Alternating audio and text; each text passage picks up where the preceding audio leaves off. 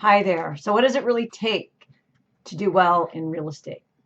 This is the age-old question. This is the question that has haunted me for 30 years now. As someone who has been in the industry in all different aspects for so many years, who's been a top producer, a team leader, a coach, an observer, working at CAR and observing thousands of agents during my several years there, I am always obsessed with what makes one agent a mega agent. I mean, like the top 1% versus someone who sells 50 houses a year versus someone who sells 3 houses a year, right? And I'm saying if all things are even with skill and experience. Okay. And just to be fair, there are agents who are only selling 3 to 5 houses a year who are really trying. And I'm not being facetious when I say really trying, but there's a lot of effort. They pay Zillow for leads, or they cold call, or they send postcards out to their geographical farm 10 times a year, or whatever it is. But it constitutes trying. It constitutes not being a secret agent, right? So I'm going to tell you what the main thing is. And I'm so convinced that this is the main thing that I'm actually thinking of writing another book on it. And by the way, yes, I do have a copy of my book. If you haven't read Agent Abundance, can you see that? It is now on Amazon. The paperback only at this point is on Amazon. And I really encourage you to read that. But that's not what this is about. That was just like a shameless plug. So the one thing that this is, I'm talking about, that agents, what separate the mega agents from the great agents, or even the top agents all the way down, is belief. Now, I'm going to say something, but let me disclaim.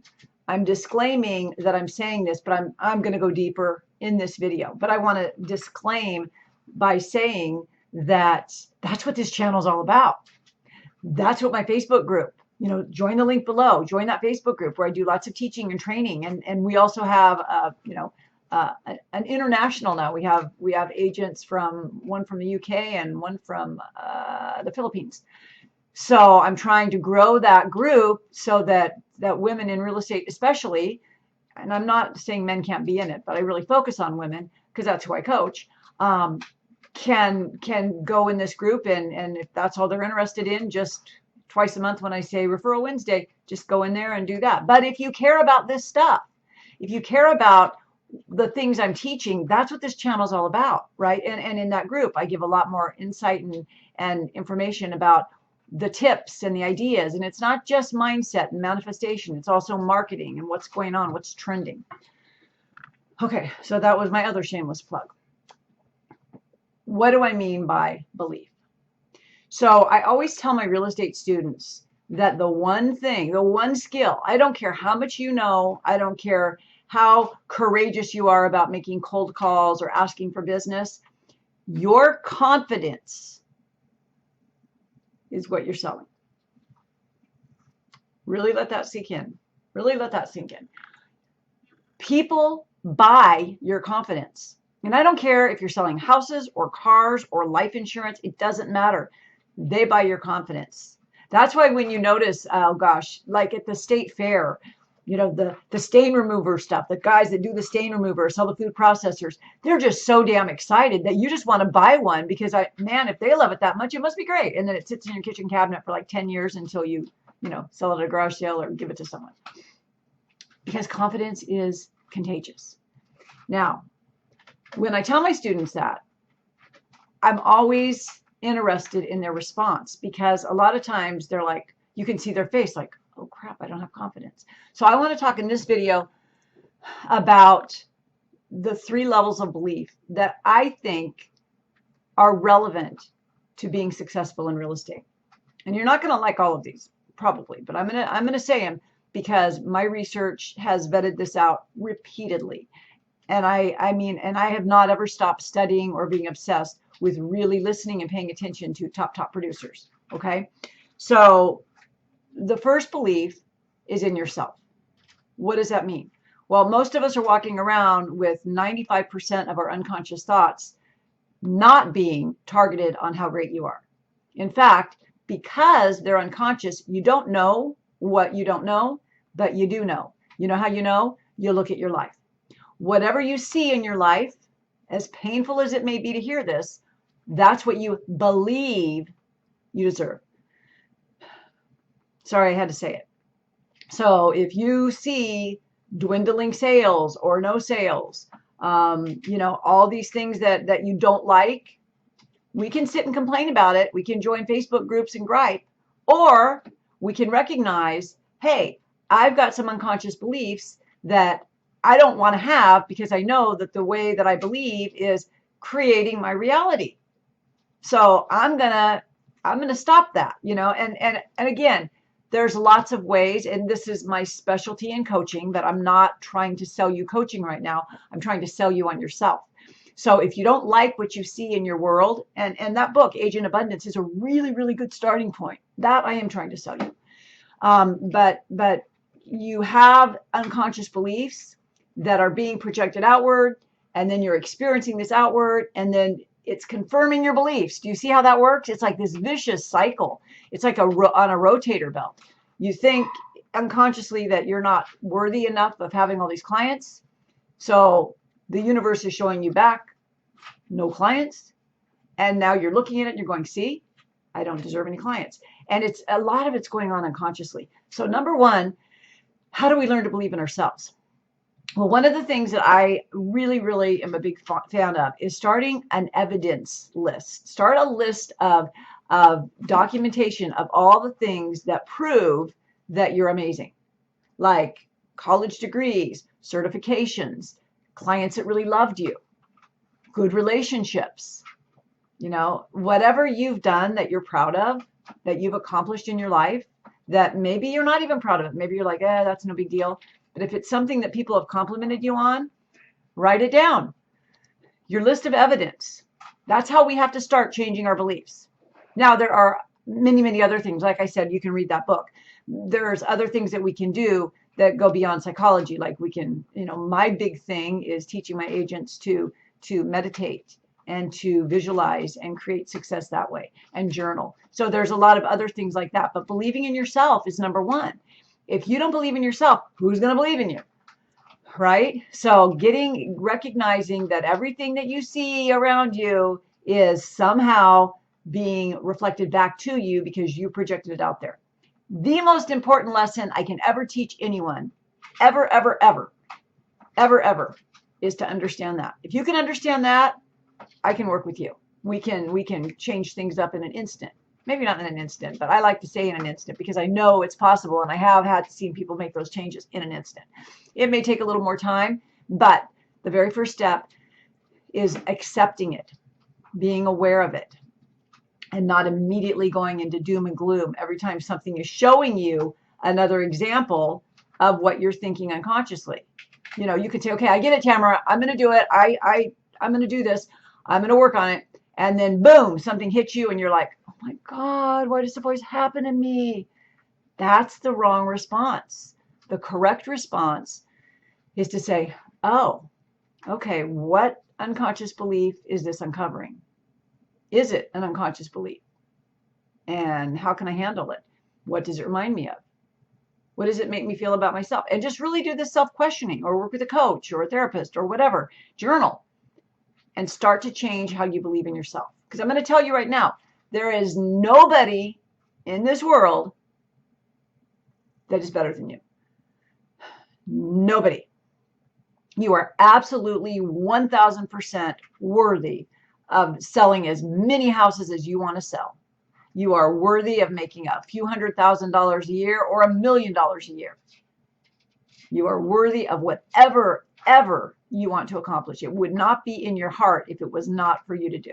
Okay? So I believe in you, but you've got to believe in you. So that's number one, believing in yourself. Number two is believing in your vision. And I kind of just ended there saying, if anyone else can do it, you can too. And so let's look at that. Believing in your vision is saying, hey, that guy right there or that gal right there sold 50 houses last year. They're just lucky. No, that means it's possible. The universe is always showing you what's possible for you.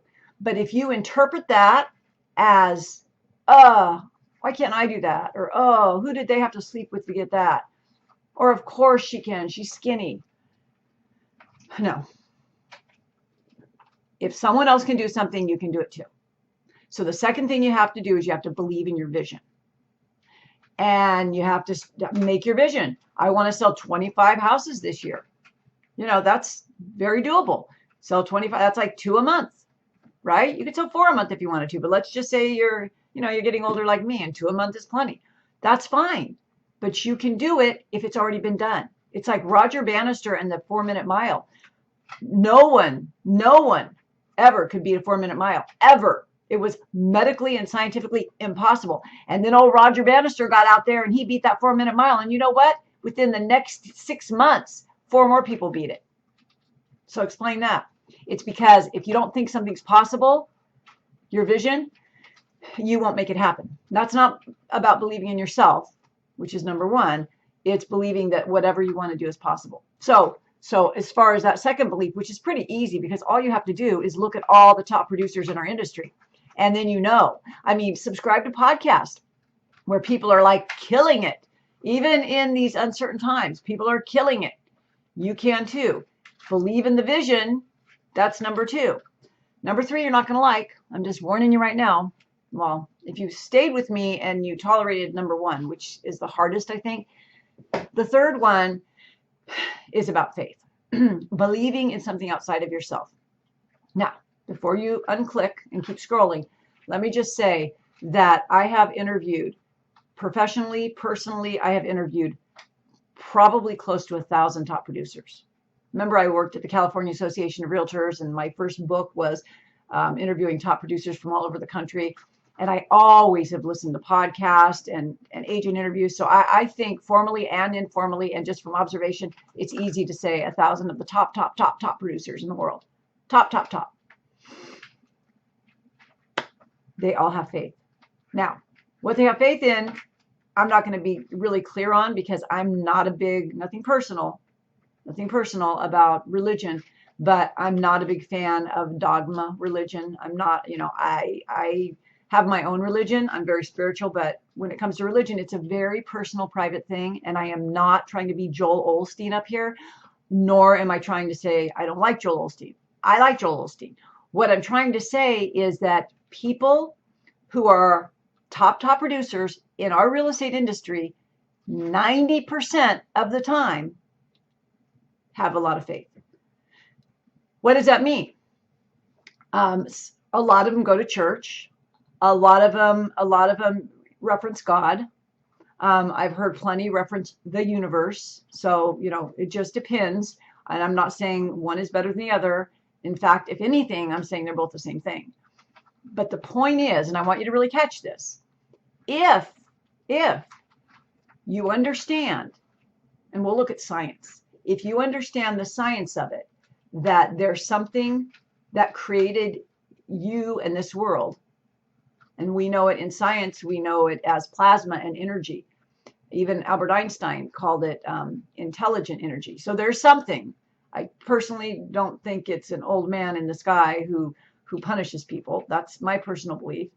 But there's something, and whether you call it the universe or infinite intelligence or God or whatever you want to call it, there's something that science proves is really, really there.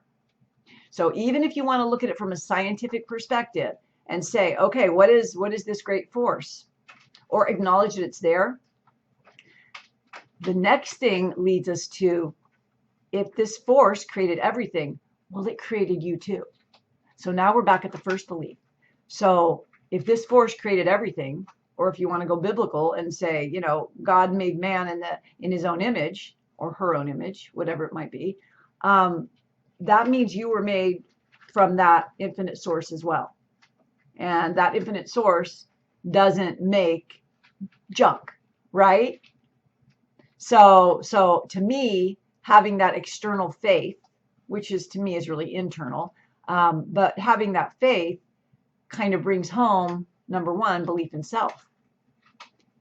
because you're not broken, so there's nothing to fix. What a concept. Yet we spend thousands of dollars, and I know I'm guilty of this as well. I mean, many, many years, thousands of dollars, tens of thousands of dollars on coaching and therapy and getting new technology and fixing things and blah, blah, blah, blah, blah. I'm not saying that's bad.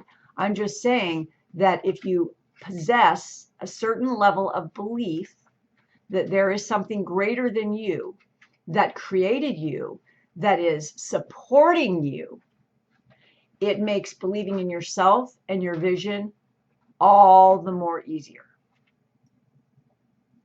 So I leave that to you because I understand it and politically correct that we're not supposed to talk about God or religion. So I stick to the science. I personally do believe in God, but it's probably different than the Sunday church would have you think. So it's because it's personal. God is personal to everyone. So I usually just consider it divine, divine guidance or the universe. But just for the record, it's not like I'm anti-God. I definitely believe in God because God created everything, right? I believe there's a lot of truth to the Bible.